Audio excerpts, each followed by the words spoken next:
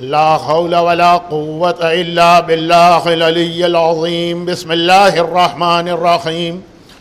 الحمد لله الملك الحق المبين، والصلاة والسلام على حبيب إله العالمين أبي القاسم محمد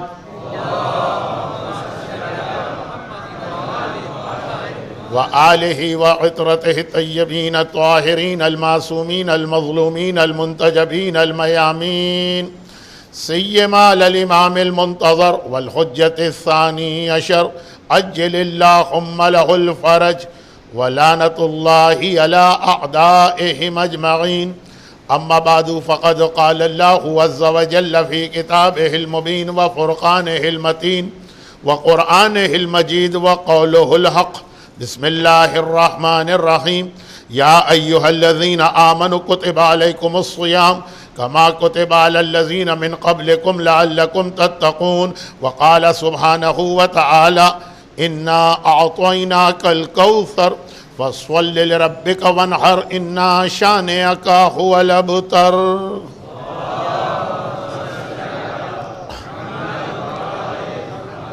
آج تو بس اتنا عرض کرنا ہے کہ خاندان اہل بیت کی یہ سب سے پہلی اور سب سے بڑی خوشی ہے. وہ امام اس دنیا میں تشریف لا رہا ہے جو ایک طرف اللہ کی توحید کو بچا رہا ہے، دوسری جانب اپنے جد محمد کی رسالت کو بچا رہا ہے، تیسری طرف آنے والے امام زمانہ کے لیے پریپریشن اور تیاریاں کروا رہا ہے، چوتھی طرف 21 سینچری میں رہنے والے مومن کے ایمان کو پروٹیکٹ کر رہا ہے. عید الزہرہ، عید الزہرہ ہمارے یہاں 9 ربیع الاول کو منائی جاتی، لیکن ایکچول ریل اصلی اور پہلی عید الزہرہ 15 رمضان سن 2 ہجرہ شہر مدینہ میں. یہ صحیح معنوں میں ریل اور ایکچول عید الزہرہ آج کی رات ہے، جب اپنی ولادت کے بعد فاطمہ جس دن سے پیدا ہوئی ہیں، مصیبتیں، ٹرائل، پریشانیاں، امتحان، یہ آج پہلی خوشی فاطمہ کے گھر میں آ رہی ہے اس امام معصوم کے اس دنیا میں آنے کی وجہ سے. وہ امام معصوم ایک بہت اہم ہمارا سبجیکٹ آنے والے 10 دن یا 12 دن میں سے ایک اسپیچ میں آئے گا، اور آلدو یہ چیز بہت آج کل ریپیٹ کی جا رہی ہے، پھر بھی اس کی اتنی امپورٹنس ہے کہ اسے اور ریپیٹ ہونا چاہیے، یعنی تربیت اولاد. اس حوالے سے صرف ایک جملہ کہ یہ بھی آپ کے علم میں ہے کہ فاطمہ کس کا نام ہے. فاطمہ اس ذات کا نام ہے کہ جس کے یہاں 15 رمضان کو فجر کے بعد حسن مجتبیٰ کی ولادت ہوئی ہے، مگر اس دن بھی اس کا روزہ نہ ٹوٹا ہے، نہ قضا ہوا ہے، نہ اس کو روزہ چھوڑنا پڑا. بطول کے یہی میننگ تو ہے نا، بطول کا یہی مطلب تو ہے نا کہ بیٹے کی ولادت ہوئی، ماں روزے کے عالم میں ہے، اس ماں کا روزہ یہ کنٹینیو رہا. اور اس جملے کے کانٹیکس میں تربیت اولاد کے کچھ اہم میسیجز ماؤں کے لیے، لیکن بعد میں. تو 15 رمضان 15 رمضان وہ رات ہے کہ جس رات کے اینڈ پر عید الزہرہ، صحیح معنوں میں آج فاطمہ زہرا کے گھر میں خوشی. تمام صاحبان ایمان کو یہ خوشحالی مبارک ہو، اللہ کے رسول کو، مولائے متقیان کو جن کا وارث و جانشین آیا ہے، فاطمہ زہرا کو جس نے اپنی ولادت سے لے کے آج کی رات تک دنیا کے اعتبار سے کہہ رہا ہوں کوئی خوشی کا دن نہیں دیکھا. لیکن یہ 4 جملے میں بہت جلدی کہہ گیا، ذرا سا اس کی ایکسپلینیشن یا وضاحت، اسپیشلی لاسٹ 2 جملے. حسن مجتبیٰ، میں نے ایک جملہ یہ کہا کہ اللہ کی توحید کو بچا رہا. تمام روایتوں میں ایک بات تو ہے نا جو دعائے افتتاح کے اینڈ میں بھی آپ پہلی رمضان سے سن رہے ہیں کہ یہ زمانہ فتنوں کا زمانہ، آخری زمانہ. اللہم انا نشکو الیک فقد نبینا وغیبت ولینا وقلت عددنا وکثرت عدونا وشدت الفتن. دعائے افتتاح میں آپ فرسٹ آف رمضان سے سن رہے ہیں. فتنوں کا زمانہ، فتنے بڑھتے چلے جا رہے ہیں. جیسے جیسے ظہور امام قریب آ رہا ویسے ویسے فتنے اور بڑھیں گے. اور ان فتنوں میں سے ایک فتنہ ہماری قوم کے لیے ایسا، اور وہ یہ ہے کہ ہماری قوم نصیریت بہت زیادہ بڑھتی جا رہی ہے. مولا نے اپنے بڑے سے بڑے دشمن کو معاف کیا، نصیری کو معاف نہیں کیا ہے. نصیری کو علی نے پنش کیا، کیونکہ نصیری علی کی ساری زندگی کے مشن کو ختم کر رہا ہے. علی کی ساری زندگی کا مشن ہے توحید. اور خاص طور پر آج کل جو ہمارے یہاں قصیدے پڑھے جا رہے ہیں، پہلے قصیدوں میں صرف ایک پرابلم ہوتا تھا، ان کا اسٹائل گانے کا ہوتا تھا. لیکن ذرا سے بھی ریلیجس نالج رکھنے والا جو تھا وہ فوراً الرٹ ہو جاتا تھا کہ نہیں، یہ قصیدہ غلط ہے، یہ تو گانا. اب قصیدے کا کانٹیکسٹ، بہت سارے لوگوں کو یہ بھی نہیں پتا ہوتا کہ وہ جو شعر پڑھ رہے ہیں قصیدے میں اس کا مطلب کیا. اس کی ورڈنگ بڑی اچھی لگتی، لیکن چونکہ یہ ایسٹ افریقہ کا پرابلم نہیں، اس لیے میں اس کو بہت جلدی امام حسن کے حوالے سے بات کر رہا ہوں. صرف یہ عرض کر دوں کہ 3 سال پہلے پاکستان کے ایک شہر میں 15 رمضان کا جشن میں پڑھ رہا تھا، اور مجھ سے پہلے جس شاعر نے اپنا قصیدہ ختم کیا، اس کے قصیدے کا تھیم ایک ہی جملہ تھا کہ آج تو نصیری کے خدا کا بیٹا آ گیا، خدا کا بیٹا، خدا کا بیٹا. اور میں نے وہیں سے سورہ قل هو اللہ کی تلاوت کر کے کہا کہ نصیری جو علی کو خدا کہتے ہیں، حسن مجتبیٰ کی ولادت سب سے بڑا جواب ہے ان نصیریوں کو. توحید کا پروٹیکشن ہے، اس لیے کہ اللہ کی خاصیت یہ ہے کہ قل هو اللہ احد اللہ الصمد لم یلد ولم یولد. اس کے یہاں کہ بیٹا پیدا نہیں ہو سکتا، جس کے یہاں بیٹا پیدا ہو رہا ہے، یہ دلیل اس بات کی ہے کہ یہ اللہ نہیں، اللہ کوئی اور. حسن مجتبیٰ اس دنیا میں آئے علی مرتضیٰ کے گھر میں. علی حسن کے باپ ہے، اس کا انکار کوئی نہیں کر سکتا ہے. اور علی اگر حسن کے باپ ہیں تو اس کا مطلب یہ ہے کہ علی اللہ نہیں ہے، اللہ رب العالمین کوئی اور. محمد کی رسالت کے بارے میں تو ہر ایک کو پتا.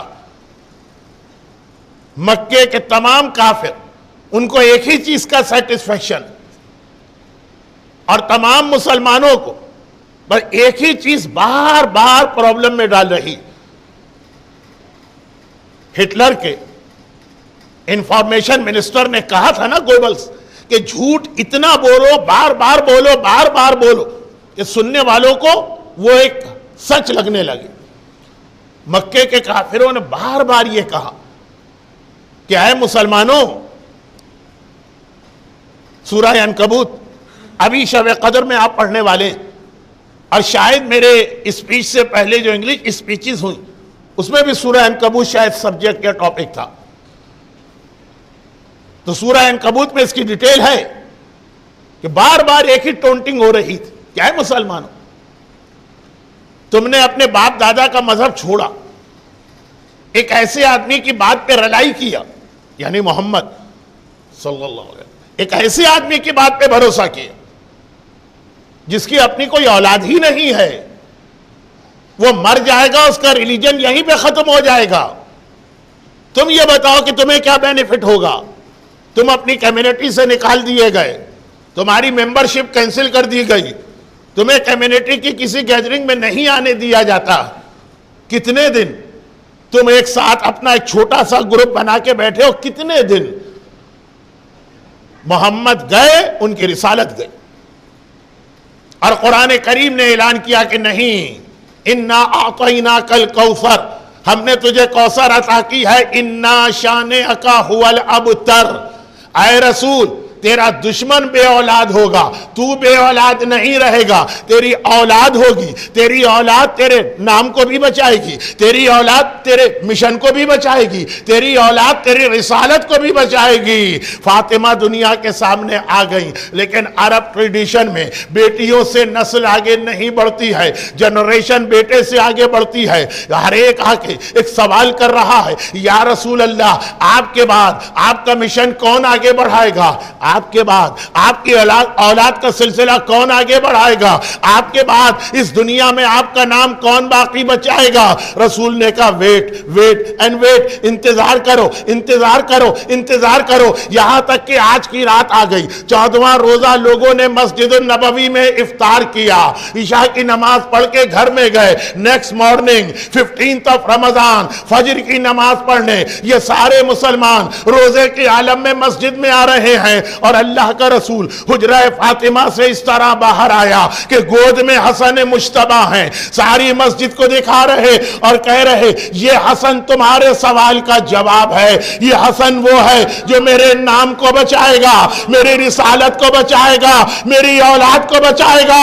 حسن کی وجہ سے قیامت تک محمد کا نام بھی رہے گا، محمد کا مشن بھی رہے گا۔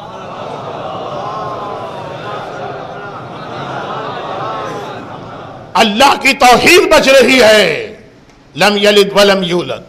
محمد کی رسالت بھی بچ رہی، محمد کا مشن بھی بچ رہا، محمد کی اولاد بھی بچ رہی حسن مجتبیٰ کے ذریعے سے۔ اور پھر ایک جملہ میں نے شروع میں نے 4 جملے کہے تھے، آج کی ساری اسپیچ انہی 4 جملوں کی ایکسپلینیشن یا تفسیر۔ تیسرا جملہ، امام زمانہ کا مشن، حسن مجتبیٰ کی ولادت ظہور امام کی ون آف دا سائن مانی گئی۔ تو آخری زمانے کا سب سے بڑا پرابلم ہے ایمان۔ دیکھیے ہمارے گھر میں فاقے ہیں، ہم فاقے کرتے کرتے مر جائیں، لیکن ایمان ہمارا بچ جائے، محفوظ رہے، ہم نے کوئی لاس نہیں کیا۔ ایک بم کے دھماکے میں ہماری ساری فیملی شہید ہو جائے، لیکن ایمان رہے، کوئی نقصان نہیں۔ اور امریکہ اور انگلینڈ میں ایک بہترین ہمارا گھر ہو، بینک بیلنس ڈالر اور پاؤنڈ بڑھتے چلے جا رہے ہیں، ہر 6 مہینے کے بعد نئے ماڈل کی کار ہمارے پاس آتی، اور ایمان نہیں رہا، یہ سب سے بڑا لاس۔ تو مومن سب سے بڑا اس کا پرابلم ہوگا آخری زمانے میں کہ اس کا ایمان ختم ہوگا۔ لیکن میرا ٹاپک آخری زمانہ نہیں ہے آج کی مجلس میں، آج کی اسپیچ میں، باقی انشاءاللہ آنے والی مجالس میں آخری زمانے پہ بات کروں گا، لیکن آج نہیں، آج صرف یہ کہ کیا ابھی تک جو 13 معصوم اس دنیا میں گزرے ہیں ان میں سے کسی کا ٹائم پیریڈ ایسا تھا جس میں مومن کا ایمان خطرے میں تھا؟ وہ صرف حسن مجتبیٰ تھے۔ ایک امام زمانہ کے آنے سے پہلے مومن کا ایمان خطرے میں ہوگا، ایک حسن مجتبیٰ کی امامت کے زمانے میں۔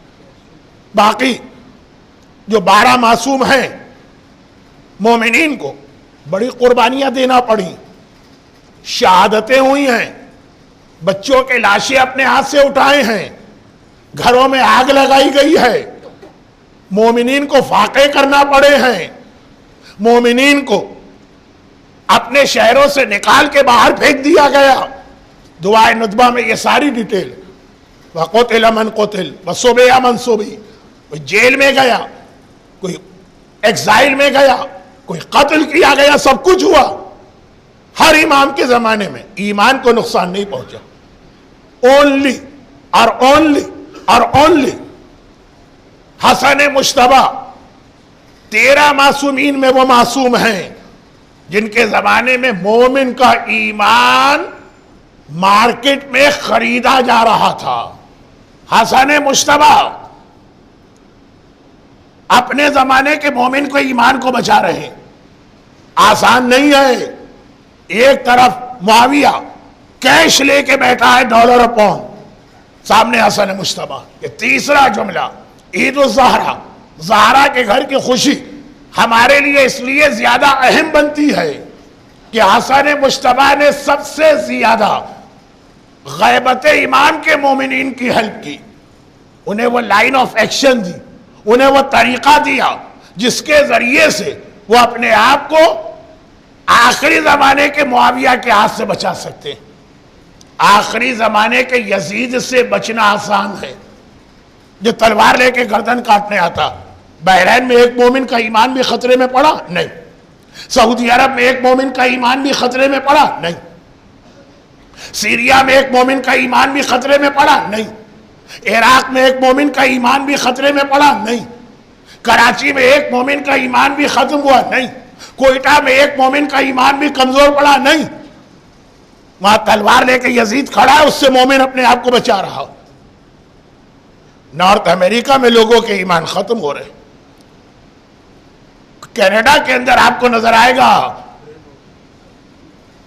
کہ کیسے کیسے ریلیجس و متقی گھرانے ایسٹ افریقہ والے وہاں پہنچے تو اس وقت کیا ان کے گھر کی حالت، وہاں ایمان ختم ہو رہے۔ اس لیے کہ جو لسٹ میں نے شروع میں بتائی، ٹائم نہیں ایسے ریپیٹ کروں گا، وہ یزید کی پالیسی چلی جا رہی۔ حسین اتنی بڑی قربانی دے گئی کہ اب قیامت تک یزید تو کبھی کامیاب نہیں ہوگا۔ لیکن نارتھ امریکہ، لیکن یورپ، لیکن آسٹریلیا، لیکن نیوزی لینڈ، وہاں معاویہ کی پالیسی چل رہی، بہلا کر، پھسلا کر، عیش و آرام کا عادی بنا کر لوگوں کے ایمان کو خریدو۔ حسن نے اس کو بچایا دو چیزوں کے ساتھ۔ ایک چیز آج بتا رہا ہوں اور بس آج کی اسپیچ ختم، ایک کل۔ پہلی چیز یہ کہ حسن نے دین کو بہت ہی آسان کیا، ایزی۔ دین جتنا آسان ہوگا اتنا اس کی پریکٹس کرنا آپ کے لیے اچھا ہوگا۔ یہ حسن تھے۔ عرفات کا میدان ہے، حج کا زمانہ، حج کا دن، بس یہ میرے آخری جملے۔ حسن نے دین کو بڑا آسان کیا۔ یہاں پہ ایک جملہ میں اور کہہ دوں، اگرچہ اس کی ڈیٹیل مولا کی شہادت کی مجلسوں میں آ سکتی، کیونکہ وہ اصل میں تو مولا سے کے بارے میں، مولا جیسا متقی انسان کون ہے دنیا میں، لیکن بار بار مولا اپنے چاہنے والوں سے کہتے تھے میری کاپی نہ کرنا۔ علی کا فوڈ کہا تم ایسا کھانا نہیں، علی کا مکان کہا تم ایسا مکان نہیں لینا، علی کا ڈریس کہا تمہارے لیے یہ نہیں ہے، علی کی نماز کہا تمہیں ایسی نماز نہیں پڑھنا ہے۔ علی بار بار چاہنے والوں کو بتا رہے کہ میری کاپی نہ کرنا، لیکن اب دیکھیے کیسے پاسبل۔ علی والا تو علی کی محبت میں اتنا ڈوبا ہوا، اسے پتہ بھی نہیں چلے گا، وہ خود بخود علی کی کاپی کرتا چلا جائے گا۔ اب علی کیا کرے، اپنے آپ کو چینج کر دے؟ نہیں، علی کی ایک ڈیوٹی یہ حسن مجتبیٰ نے کیا کیا کہ جو میرے بابا کی جو سیرت ہے وہ ایز اٹ از تمہارے لیے نہیں ہے، تم اس پہ عمل کرو گے 21 سینچری کے مومن کے لیے پریشانی ہو جائے گی۔ دین کو اتنا ایزی بنا دو کہ آخری زمانے کے مومن کے لیے بھی دین پہ عمل کرنا آسان ہو جائے۔ علی خالی زبان سے کہہ سکتے ہیں، علی اپنے آپ کو چینج نہیں کر سکتے، کیونکہ علی کے پاس خلافت بھی ہے۔ حسن نے خلافت قربان کی اور دین کو آسان بنایا تاکہ ہم اور آپ آج 21 سینچری میں اچھا کھائیں، اچھا پہنیں، خوب دولت جمع کریں، پھر بھی اپنا تقوی بچا لیں اور ایمان بچا لیں۔ عرفات کا میدان، حج کا دن، ایک راوی اس کا دل چاہا کہ میں یہ حج اپنے اماموں کے ساتھ کروں، تو زمانہ امام حسن کا تھا، وہ گیا۔